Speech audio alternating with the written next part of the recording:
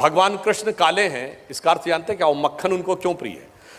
भगवान कृष्ण हमारे मन की उस अवस्था के प्रतीक हैं कि जब आप ध्यान लगाइए तो आपकी आंखों के सामने काला ही होता है।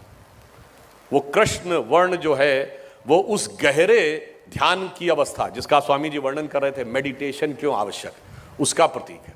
तो जब आपका मन जो है वो दूध की तरह है और संसार पानी की तरह है, दूध और पानी मिला देंगे तो सारा दूध पानी में मिलकर व्यर्थ हो जाएगा, परंतु यदि उस दूध को स्थिर कर लिया, मन को स्थिर किया, तो दूध स्थिर होकर क्या बनता? दही। और जब स्थिर होने के बाद उसका मंथन किया, दही को मथा, तो उसमें से क्या निकलता है? मक्खन।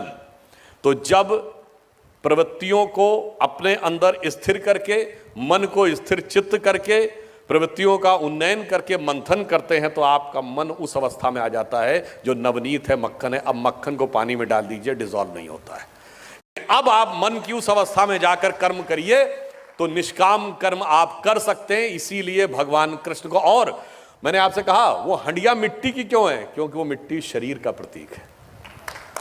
और हंडिया तोड़ के क्यों मक्खन खाते हैं? ये जो स्वामी जी ने कहा ना, सब कुछ केवल इंद्रियों के सुखों में ही आप लगे रहते हैं, तो जब आप इस शरीर के सुख की काया के बंधन को तोड़ पाएंगे तब वो वाला मक्खन मिलेगा आपको। इसलिए भगवान कृष्ण और उनका जो ये उपदेश है, ये पूरी तरीके से हमें यह स्पष्ट बताता है कि जीवन में किस प्रकार से हम निष्काम कर्म को समझ सकते हैं, अंतर से भी और विराट से भी।